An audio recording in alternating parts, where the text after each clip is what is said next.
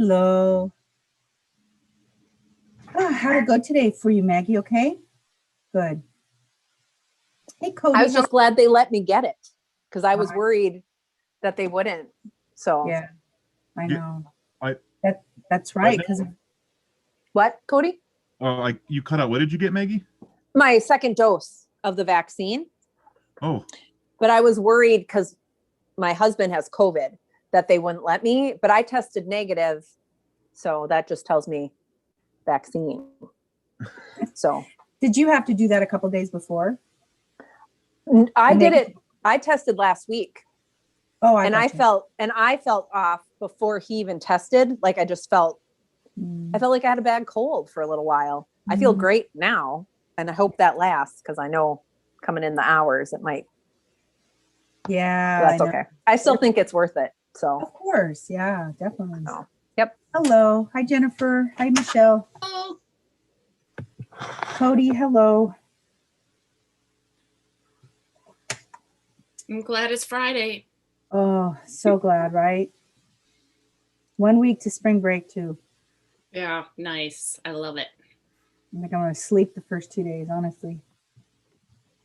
So my kids, it's so funny. We did I went around the room for advisory and said, okay, what are you looking forward to for spring break? And like all the kids are like sleeping. I'm like, oh, I feel like a teenager because that is my answer this year. Sleeping. For sure.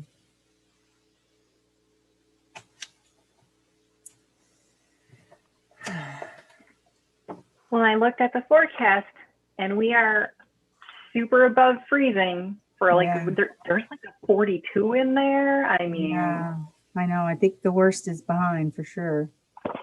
We got to get the windows open. Yeah, March is kind of what that magical month, although I think spring is my least favorite season, just because it's just like you're so done. And when you have a good day and then it slaps you in the face with something crazy for 3 days, it's just you're tired of but for sure fall. I think winter's actually my favorite, and I'm a Southern California person, go figure. But I love winter, not the long winters though. And I love fall and I love summer. I don't think there's anywhere better than fall and summer anywhere in the country than Minnesota, honestly.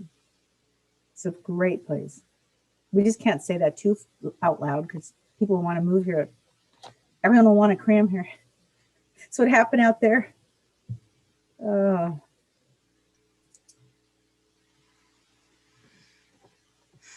Hi, Adam. How are you? Oh, just dandy. How are you? Good. Where's your super cool lamp, Adam? It is at home because I am not at home. I have commandeered an entire office building just for these meetings. I was going to say, it looks like an office building. Is it a background? It's a background, right? Normally, yeah, I use a green screen replacement. But not that? No, this is real. No. Oh, okay. This is real. Okay. It looked fake. I mean, it looks so nice. So that's what happens when nobody is in your office for an entire year. Yeah. It's clean. It's fresh. I've had the luxury of sitting in different places this entire week because no one's using the spaces. So I decided to, on Tuesday, use the conference room that's right over there because I could. Wow. Yeah. Wow. Wow. So where is that? Is that St. Paul or Minneapolis? Where do you work? Northeast Minneapolis, Central and Broadway. Okay. The building that we're in is a refurbished linseed oil factory. Oh, and wow. This space is the largest in the offices that are available. Wow. Yeah, I have to mosey back down. I haven't been. My our daughter used to live in St. Paul, so I was down there all the time, but she moved a year ago, May, to Atlanta. So I used to be down all the time. I haven't been down for a long time. Hello, Paula. Hi, Dan. How are you? And Rob. Good. Doing well. Good evening. Good. Yes, we're troopers, huh? Here on a Friday afternoon. Well, evening, I guess. Let's see, how are we doing here? I think we might have everybody. Yeah, I think everyone's here, right? Sure seems like it. Okay. Well, let us go and start then. I'm going to go ahead and call to order our special meeting on Friday, February 26th at 5 p.m. And I'm so grateful Paula's here. Would you mind reading our mission and vision? Yes, our mission is to provide accelerated curricula in all subjects with an emphasis on math and science. Our vision to be an innovative, sustainable model of academic excellence that creates well-rounded, lifelong learners and global citizens. All right, terrific. Thank you. I'll go ahead and roll call members. Dan Ellingston, Here. Cody Schneid, Here. Michelle Kurkowski, Here. Gina Albers, Here. Adam Barth, Here. Robert Kruger, Here. Jennifer Bartle, Here. Maggie Burgraff, Here. Paula Akapo, Here. Don Gorecki. Here. Richard in here. Annie Cardenas here. We are all here. All right. I'd like to, I'll move to approve the agenda. Do I have a second? This is Adam. I will second. All right. All right. So the purpose of this meeting is to discuss and approve a date to open up partially in person. And we'll go ahead and should I read the motion that we kicked around a little bit with the board of director teachers? We had a few teachers with John, or should we just discuss first? I think we have to approve the agenda. Yeah. Oh, I didn't approve the agenda. I'm off my game today. This has been a long week. Approve the agenda. So motion to approve the agenda first, second, and then discuss. Anybody have anything to discuss?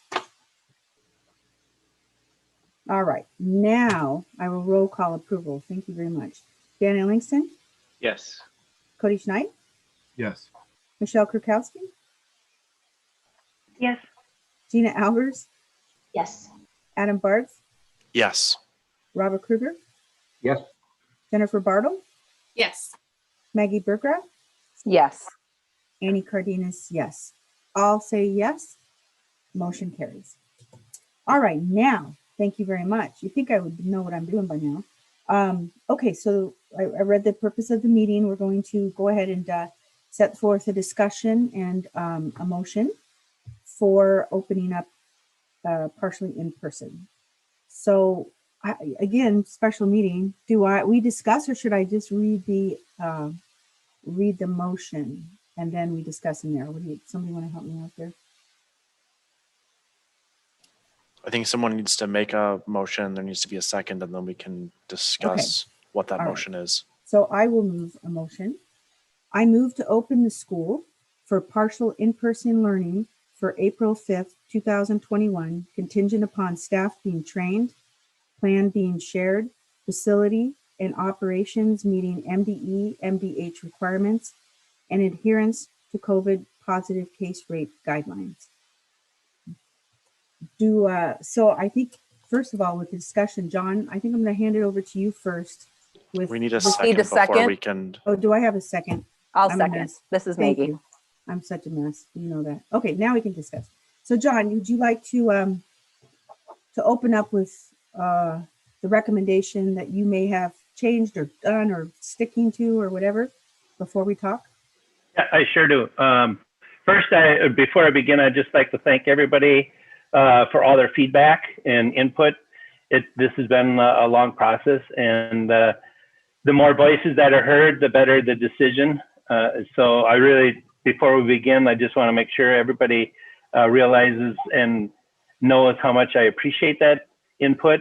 There are a lot of differing opinions, and no matter what we decide tonight, some people will be happy and some people will not be.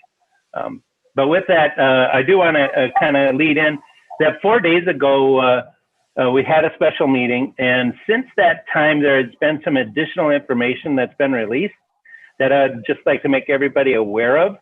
And it does have an impact on my recommendations as far as where the school should go. But rather than reiterate and go back and talk about all those recommendations that we had already discussed, I just want to focus on the updated information. I'm assuming everybody is aware of the other information that was in the packet 4 days ago. We were informed that MSA, along with all the other Minnesota public schools, will need to conduct MCA testing in person this year. Even if they're in distance learning, there is no waiver for that. So students will need to be testing in person because the federal Department of Education is not going to give a waiver for that particular requirement of ESSA. Additional testing information will be provided by MDE in the future as they work through the letter that was received by the Department of Education. So in order to conduct the testing in an impartial person setting, we developed a testing schedule that will allow it to be completed by the vast majority of students anyway, doing the MCA testing and the ACT testing before April 5th, if we stayed in distance learning. So that's an important thing to know. If we stay in distance learning, we will be able to complete all of our testing, or the vast majority of it, before April 5th. If we were to move to an in-person scenario prior to April 5th, it would increase the amount of time needed to test students by a factor of 2 or more. In other words, instead of taking 2 weeks to conduct the testing, it would take over 4 weeks to complete the testing if we were to enter a partial in-person learning on March 22nd. And a part of that has to do with you can only test so many blocks of students, and you can only do partial blocks, so it really extends the amount of testing time. And then that also impacts and disrupts the amount of classroom instruction that can happen. In addition to this new testing information, I personally will take ownership. I have undervalued the concern that many of our staff have expressed about returning to campus. I've been on campus throughout the past year, so I am much more comfortable with being on campus with our protective procedures and our protocols because I live them pretty much every day than those that have not been on campus and have been at home. So, and because the vast majority of our staff and students have not been on campus, we do need to allow additional time to adjust to seeing others face-to-face and interacting with them. We've been away from each other for a year, and we do need time to make that transition. So by following our MCA testing schedule, we could accomplish many things at the same time. Some of the things that we could accomplish would be, the first thing, we would allow for a spring break quarantine/isolation period to pass. It would be 3 weeks from the time people come back from spring break to the time we actually start in-person in-person classes, excuse me. So we would have that buffer. Another thing we would do is we would allow, by starting on April 5th, we would allow staff and students a gradual reintroduction in the campus. This would allow for adjusting behaviors and comfort levels for those being around each other. And for some, it would be less traumatic. I mean, for people that haven't been around others, all of a sudden sitting next to other students would cause some traumatic experiences, and we want to try to keep it as safe and less traumatic as possible. This also, by doing a later start, would provide additional opportunities to test and check our technology capabilities with the staff present, and that also builds in some time frame if we discovered there was an issue that we could fix it before we start having students on campus. The last thing I want to do is have all kinds of disruptions once we get students on campus. Not to say that that couldn't happen if we have spikes, but that would be beyond our control. The other part, and probably one of the biggest parts, is doing a little delayed start. That being April 5th would save instructional time because we would have fewer overall classroom disruptions.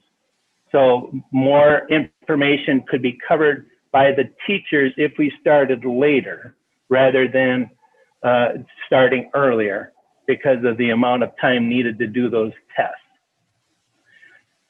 So I am proposing that MSA pursue the following timeline, and starting on March 16th through the 19th, we would have an MSA transition period. By decree of the governor, we are required to have at least 2 transition days. I would request that we have all 4 days right after spring break for our transition. During March 16th and 17th, we would have teacher training on transitioning between work and home so that when a teacher comes on campus and they go home, they feel safe so that they're not, if they are exposed, they're not going to bring it into their household.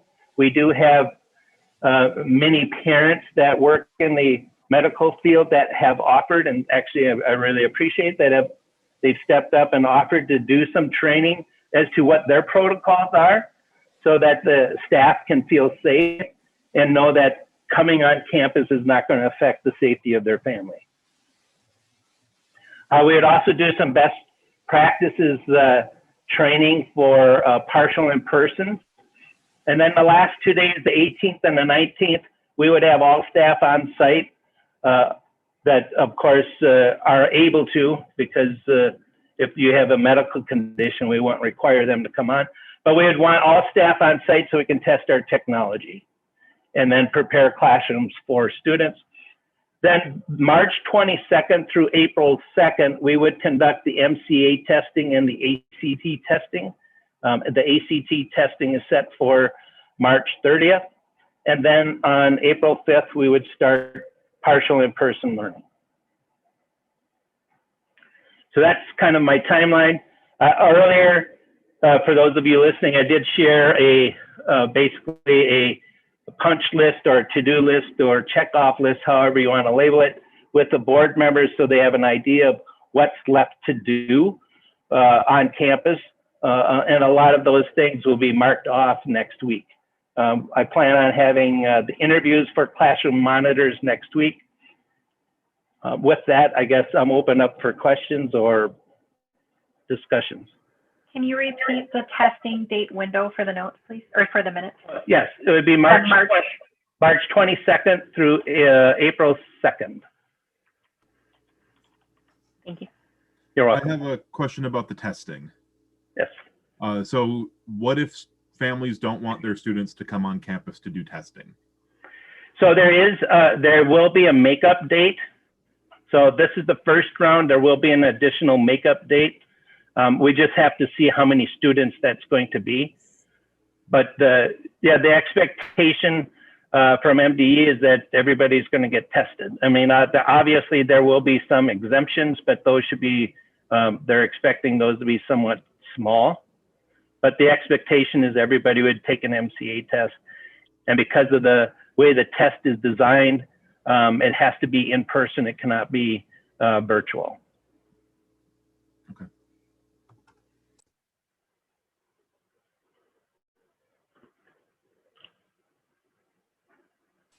Are there any other questions or?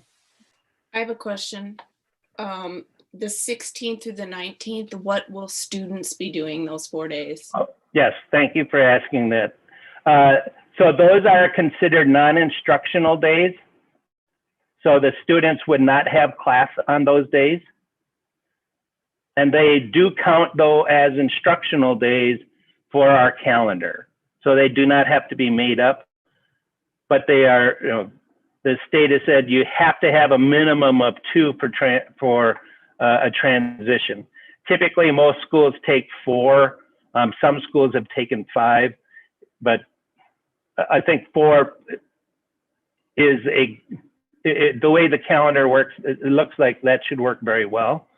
But yes, so in essence, students would have a 2-week spring break. And then it's But been that's not, go ahead, Ms. Burns. Adam, you someone can else go was. on. Oh, okay. It's been a while since I've been a student and having to take these MCA tests. So how does the schedule work for students who are needing to come onto campus to test and other students who are not testing? How are they receiving instructions? Just classes as normal, or how does that look? So the students that would not be testing that day would still be doing distance learning. Now, if their classmates are doing testing that day and they're not, those classes more than likely will have some kind of asynchronous activity. And it could be as simple as a study hall, just because they may be the only one in their class that's not taking a test and all their other classmates are. So and some of that depends on the teacher. But for the most part, those students that are taking the test, their counterparts would not be doing academic work. Now, unless, of course, they have another project or something to do for another class. Are you trying to group the testing by grades or? Yep. So we're doing the testing by grade and by subject area. So for example, on the 22nd, we would have the 6th grade math. And some of this, the schedule could be compressed a little bit depending on how many staff members are available to come on campus and help proctor the test. The schedule is basically built with a minimum number, and that could be compressed a little bit. Just so you're aware of it, there is one test, the 8th grade math test, that is scheduled beyond the April 5th date, just because there's not enough time to get it in due to the day we lose for ACT testing. John, do parents need to bring their kids in? Is that how that would work? Busing would not be available yet, right? Yeah. Right, that's correct. Okay.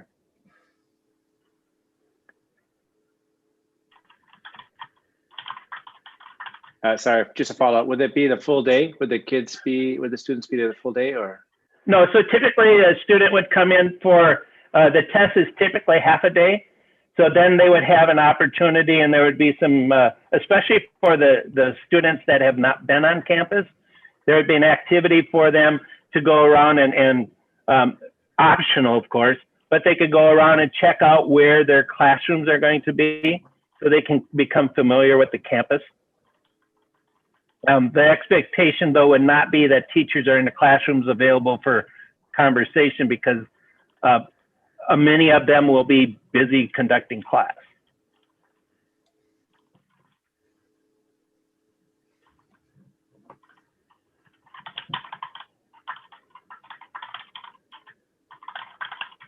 Is there any other questions or discussions here?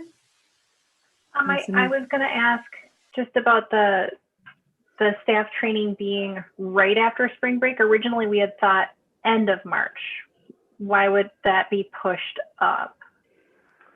So some of the training, for example, especially the training for the staff as far as transitioning, because the idea is we will get staff on campus for a couple of days to run a tech test to see if we are experiencing any transmission or broadband issues, having all the teachers on site.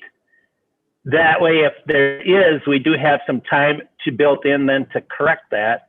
And then if we do encounter some of those, we may have the staff come back on a Friday to see if the problem has been corrected. The other part of that, the protocol transition between going to work and coming home, having that as soon as possible will help staff become much more comfortable with going to work. I can go to work and then come home. And there's things I can do if I'm really worried about transmitting something to my family. There are procedures I can put in place to make sure that it stops before, and I don't carry it throughout the house or into the house. So the idea is to have that training earlier rather than at the very end. And the other part is that is a lot of transitioning. The more we can get staff on campus, experiencing just being in their classroom, seeing other people, the comfort level does grow quite a bit. I will say the office staff, initially with the governor's order of working at home whenever possible, I directed all of our office staff to stay home and except for having some coverage in the offices. That's why we had all the reduced hours. That does cause some apprehension when you return. But as you return and you're here day after day, that apprehension becomes less and less. I don't say it ever goes away, but it does become much less.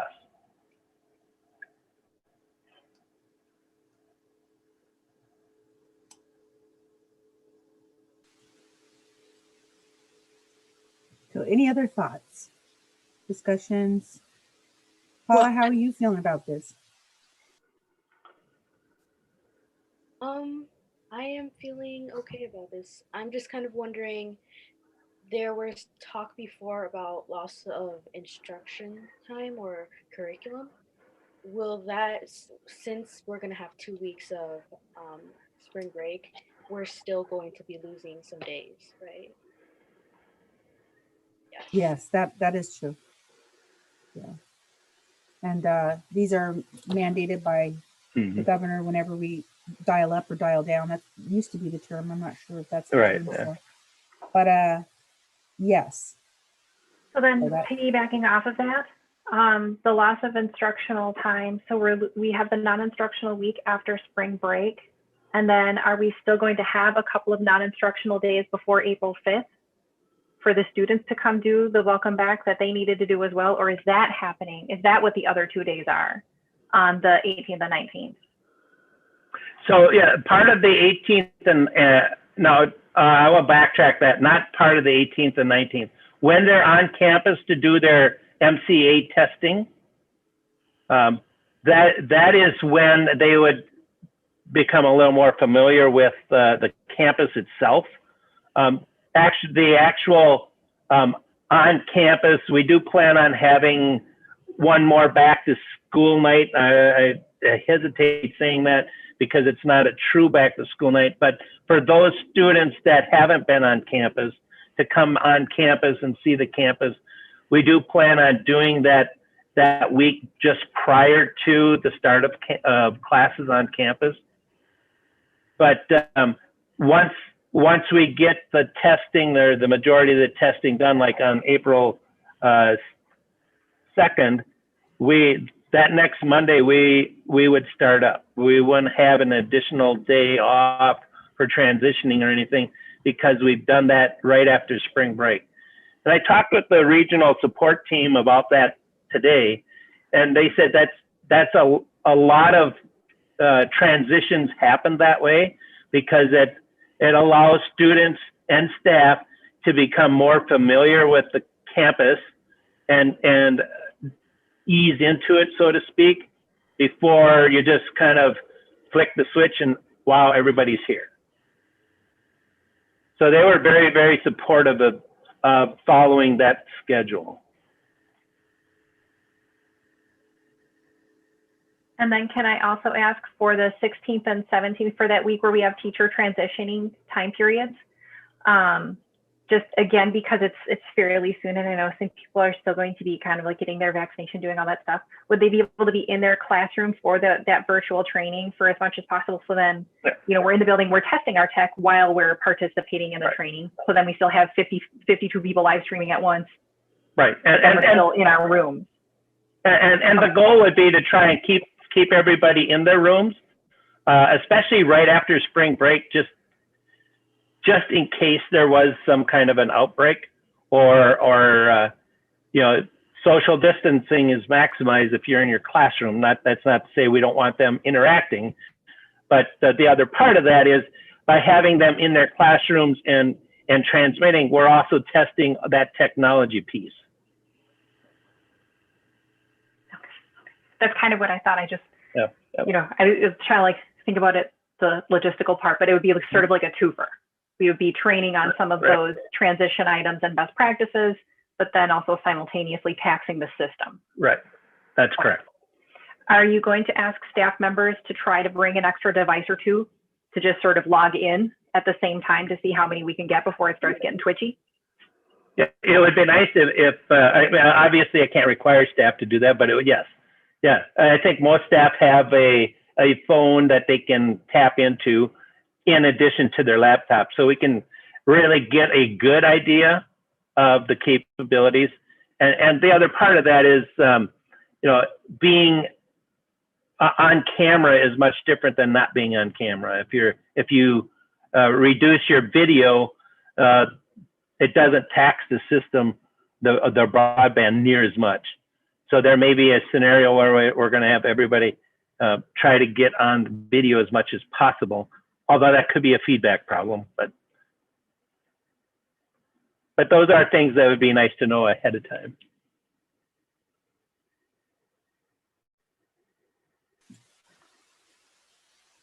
How about any thoughts? Any other thoughts? At our last meeting, there was a little bit of conversation and having some teachers get together and possibly have some struggling students come on campus before April 5th. Will there still be a chance to have that happen? Yeah, I guess a lot of that, Paula, depends on the teacher's availability, but yes, anytime a teacher would want to have that opportunity for students, I think that'd be a great thing to have happen. So I would encourage that. Obviously, you have to do that within their comfort levels. Well, also, John, the last conversation we had Monday, we didn't know about this block of time that MCAs were scheduled for MSA. Is that right? So now we have like 2 weeks. Right. That's the other thing that changed too, Paula, is that we didn't realize we have 2 full weeks of anyone in our grade, all grades that are taking MCAs, ACTs now are scheduled in that 2-week frame. So that, you know, that's an on-campus thing too. So, and I think the overall, I'll say from the staff meeting, I think my big aha, like yours, John, was, you know, they weren't comfortable that we had plans being shared, training scheduled, and now that's part of this motion, is that we make sure that that's being handled, and that it's not they don't love the students, it's that they were kind of scared, you know. So I think this is going to help once we get some training, make sure we're following MDE guidelines, requirements. That was the big take home, I think, of the staff meeting.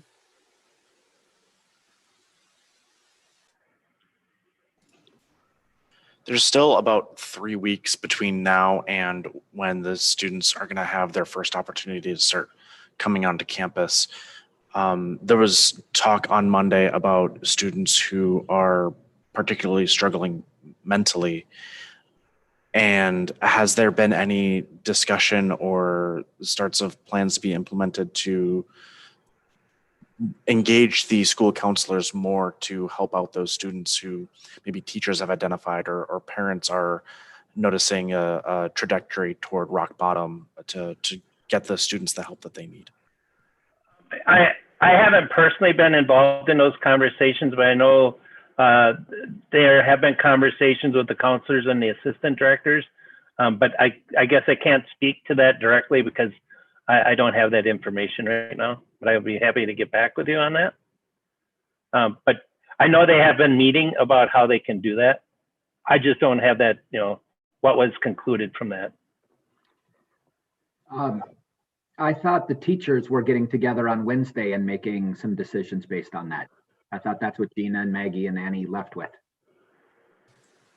Well, I think what we did was we met in breakout rooms and discussed with other teachers how we can their feelings on opening, what's the fears, what's happening in their heads, what do we do? And that the main thing was to get the training to come back. We didn't know about the 2 blocks of MCA training for, all the testing that we had to do. So, we'll be busy teaching at that time while we're getting kids pulled, etc. So, I don't know, other teachers want to speak to that also?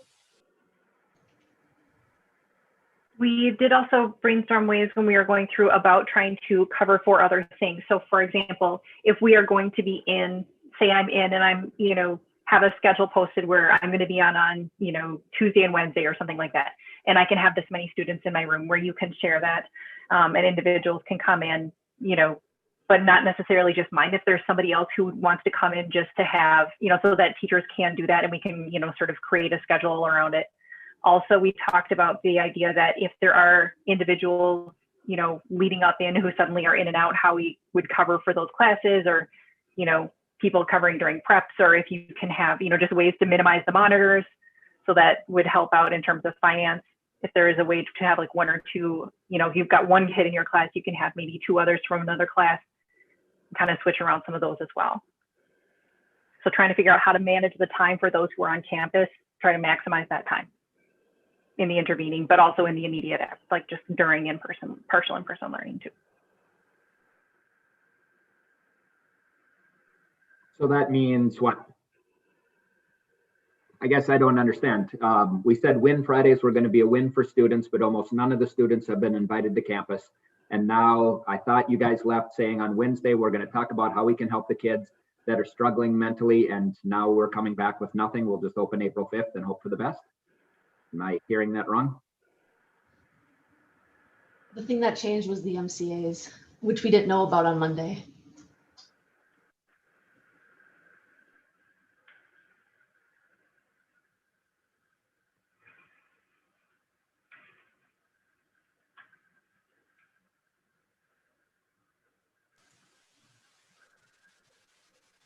Also, I think the complication of all this, Rob, I mean, I didn't realize that teachers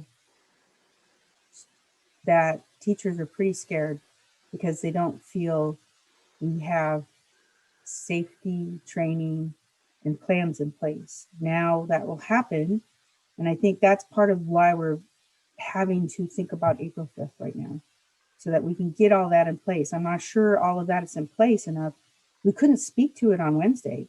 If they're asking questions about, do we have training for all the like contact tracing? Do we know what to do where do I put a sick Cardenas? Where do I put a sick kid? Where do I put, those can't be answered because we don't have those. And that's where I'm saying, for me, the light bulb went on, like, okay, we have a staff fear problem that's probably needs to be addressed through protocol, procedures, training, and facility operations, making sure that MDE. So again, that's another thing. So those are going to be in place by then. I don't know, John, if you want to speak to that, but can we roll it out the 22nd? No, I don't think actually facility wise, we're in a position to do that right now. The only thing I would say is a lot of those procedures are developed and they're there. They haven't been shared because to share them now and then I think the thought process is we'll share them when we get closer to the date when people come in, so that's fresher in their mind and they don't lose that time to share them. And then you'll have to share them again. So for the sake of time, a lot of those procedures were not shared. Understanding now, some of the staff members would like to know that information ahead of time. That's very doable. Yeah. Excuse me. It just seems to me that we're suffering from distrust here, and it's just really too bad because we're putting the kids behind the 8 ball because we distrust, and that's a really sad thing. But it is what we've got, and I guess we'll have to work forward. But I'm really disappointed, and I think if you guys would have sat in a room with 50 parents who wanted their kids in school, you'd have felt different. But you sat in a room or in a Zoom with 50 teachers, and that's how you felt. And that's how I feel is how this went down. And when John says that things could be ready, I think things could be ready. But again, we've got a distrust issue.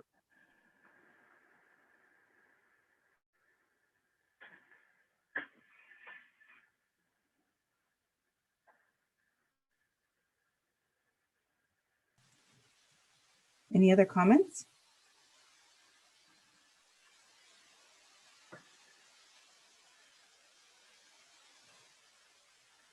All right, well, shall we vote?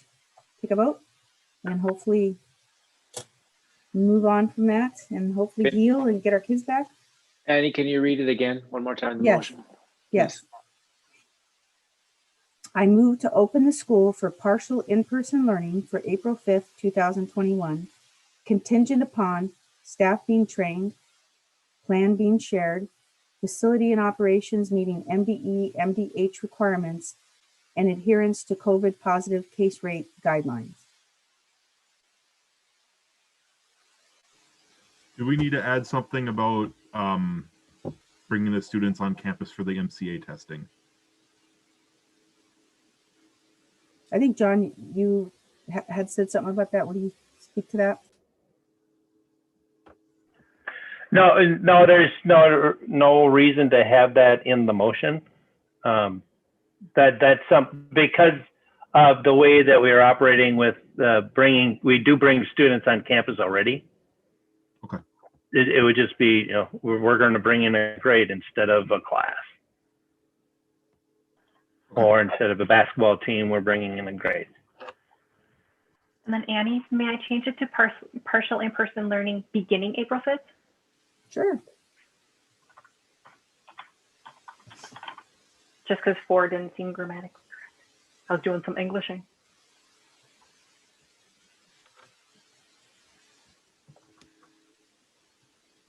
And then I think, I don't know, I'm not sure. We definitely, that's a great motion, Annie, for that. And then, yeah, I think we all saw the sort of like punch list of the building things to be done in the intervening time to get everything ready pre-MCA. I don't know what other documents we were going to be looking.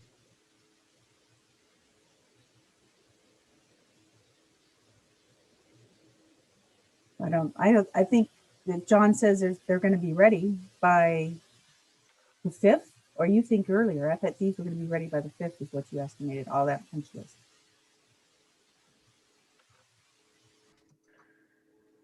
No, they would definitely be ready by the 5th because we have to have them ready before students can come on campus.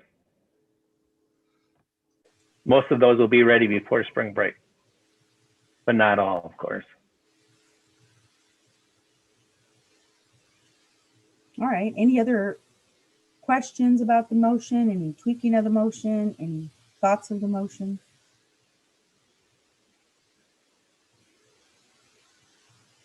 All right. Well, let's go ahead and vote. Dan Ellingston, Yes. Cody Schneid, Yes. Michelle Kurkowski, Yes. Gina Albers, Yes. Adam Barth, Yes. Rob Kruger, Nope. Jennifer Bartle, No. Maggie Burgraff, Yes. Annie Cardenas. Yes. That is 2 noes and 7 yeses. Motion carries. All right. So I'm going to go ahead and motion to adjourn. Do I have a second? I will second. Cody. Thank you. And I will roll call. Dan Ellingston, Yes. Cody Schneid, Yes. Michelle Kurkowski, Yes. Gina Albers, Yes. Adam Barth, Yes. Robert Kruger, Yes. Jennifer Bartle, Yes. Maggie Burgraff, Yes. Annie Cardenas. Yes.